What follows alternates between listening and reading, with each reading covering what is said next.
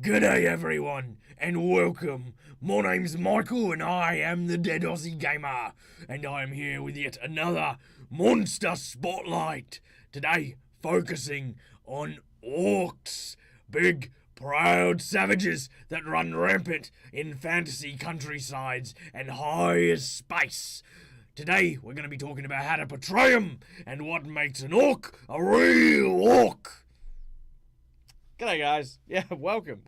That's actually rather rough on my voice, but yeah, let's talk orc. Now, for those of you who know, orcs are these savage, brutish creatures that exist in a whole bunch of different settings, from Tolkien's, Middle Earth, all the way through to the high spaces of the Warhammer kingdoms. Orcs are these strong, mighty, barbaric creatures who breed as fast as goblins, who each individually are as strong as 10 men. It's savage, it's brutal, and that's literally what makes them them. Orcs are a very interesting type of monster to try and contend with at your table, because really what they represent is more than just strength, green skin, and something openly that you could kill without remorse. But orcs themselves are a sign of savagery, and that's what they've always kind of had in common through their various iterations. Orcs are savages. They are people barely on the cusp of being civilized, using everything they've learnt from agriculture to forging and building to create weapons of war, violence, and destruction. Now, there are different types of incarnations, but the one I want to talk about today is the Pathfinder orc, mostly because I know about them a lot more than the other orcs, so do bear with me. Orcs in Pathfinder are those who create a society that have a very strict and observed pecking order. The stronger you are, the more battles you've been in, the more prestige you have, and the more right you have to basically command those beneath you. Those who are outsiders or non-orcs often are viewed as being weak-blooded. There is a sort of, I suppose, racist undertone here, especially when we look at orcs, because if you are not an orc, well, instantly your blood must be weaker, and therefore the pure-blooded orc, even if the pure-blood orc is weaker than you, is still superior to you.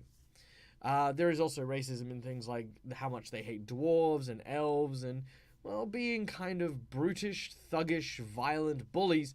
It's not hard to imagine them obviously throwing out a few slurs like half pint or knife ear. But if you do need to go down that road, and I'll talk about that a little bit at the end about like the language used by orcs, do bear in mind that you want to be sure to not focus any of that attention too heavily on any one party member. So if you, like, say, for example, have an elf in the group, sure, take a couple of digs, but then move on from those digs. Don't just sit there and berate this elf for being an elf. I know that's kind of weird, but that's it's good advice. All right. So the next thing is, what kind of society do orcs have? Where do we go with these characters? Now, in my mind, I always view orcs in the sense of tribal society, nomadic. They wander around. They do not tend to build large structures and stay in one place. They move with the horde and ride with the winds. Their ferocity is only matched by the freedom they represent, simply by being able to follow game trails, to move where once they've plundered and looted an area, to go to the next place to do exactly the same. This is the nature of them. As such, you would find that orcs, when you portray them, might bear that in mind. Like, hey, we're scouts, and this is just the prelude to a larger orc attack. Or maybe there's a small squadron of them who are reporting to a warlord orc, who is then going to go back and talk to the tribe. Many of these type of orc characters really do stand out, more or less, as a army unto themselves. Seeing one orc, it's kind of like, yeah, okay, you look pretty tough, that's pretty scary. An orc leading a group of human bandits, yeah, that's pretty nasty. But you see a small squad of orcs working together for a common goal, and suddenly you've got a larger problem on your hands. And that's what I like about them. I also find orcs to be very superstitious. Whether or not they intend to, you very rarely explore the realms of orcs and, say, magic or even religion.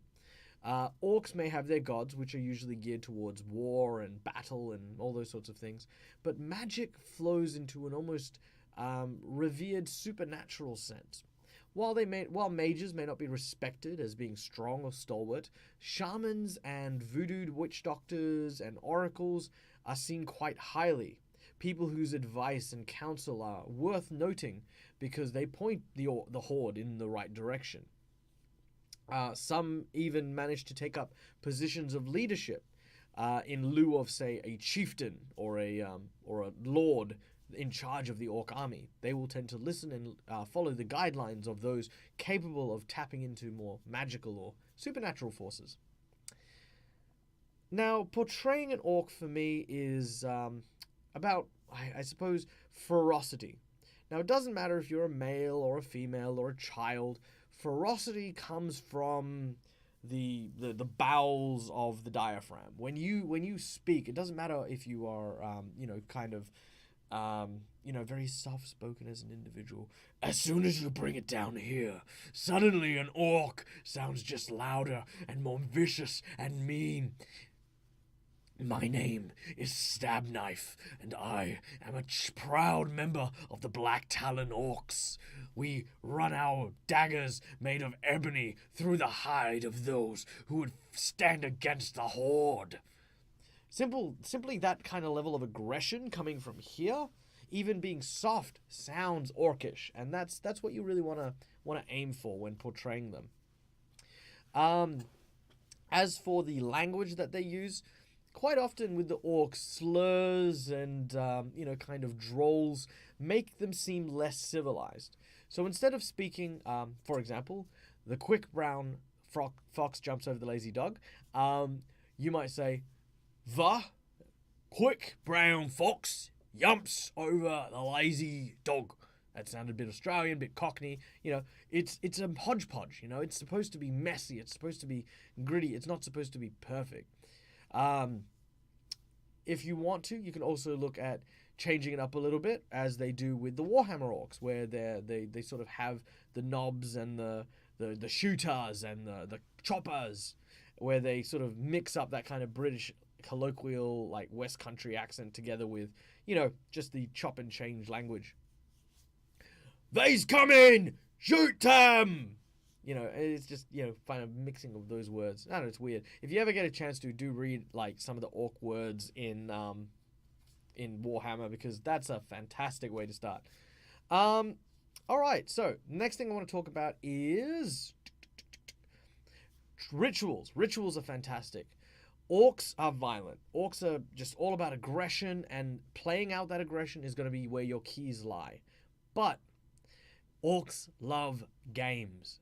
And that's how I've always viewed it. They aren't just about mindlessly killing. I mean, they are, but more to that, they like to drag out pain and suffering and damage. So they might attack a farm, and they might slaughter all the livestock, but they might take the farm owners and, husband, wife, and children, they might take them back and play these barbaric games with them. Like, sort of holding up the woman and sort of saying, "I'll kill your husband or one of your children. Take your pick." And then he kills them all anyway, Orcs do that sort of thing because, well, they're savages, they're brutes, and it's all about displaying that power, that strength, that you, the other people, are weak and are helpless in the face of the true orcish blood and the orcish might. There's a lot of pride that comes into what it is to be an orc, and I think the better you play that pride, the stronger the impression you get. The next thing is obviously those orcs who are not just outrightly evil. And honestly, I've got to say this. I've never been a fan of the non-evil monster angle too often. I mean, I think it's an overplayed stereotype, but of course we have half-orcs who are the result of orcs breeding with non-orcs, and of course we have those who simply live as outcasts and figure out their own methods. Many of you who play Warcraft would know Thrall from, the Orcish chieftain, who again also found morality in themselves. These and many more are all about fighting that nature, fighting that inherent need for violence and destruction. That I think is where you want to build non-evil orcs. Is even though he is not, they're non-evil. Don't just go straight for this pious, loving, caring individual. Go for something a little bit more, like a paladin who is struggling between what is just and what is just aggression. Have a sorcerer who is trying to learn and study how to use their magical powers, but at the same time hulks out and rips people apart limb from limb and bites their faces off. These types of orcs are unique, interesting, but don't forget where they come from. Like with all monsters, you never want to really stray too far away from what the standard is, because if you do, well, you may as well be playing something else. The last bit of advice I want to give regarding orcs is this. Take your time building your orc, because strength doesn't need to be maxed out. You don't need to boost up, like all orcs don't need to be fighters. They don't all need to be barbarians. You could easily have a orc monk, or you could have an orc bard, or you could have an orc, what else is there? Ranger or druid. These things all work well. So don't limit yourself to the idea of what an orc is by simply saying that orcs are just these big, violent, physical creatures. They are so much more complex than that. They are an army. They are almost like a species of violent human, if that helps your mentality. So treat them as such. They would have a very deep and rich variety of orcs that run around the place and try to perform different activities. So make sure you use them in your games.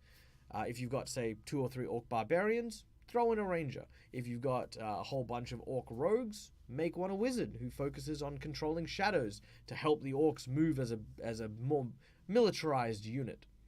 One thing orcs know more than anything else is battle, and that is what you want to communicate through the actions of your orc portrayal.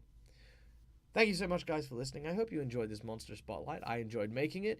And if you did, hit that like button, hit that subscribe button. Go check us out on Facebook and come say hi on Discord. Links and all that will be in the description below. And of course, till next time, guys, from the Dead Aussie Gamer, game hard or die trying.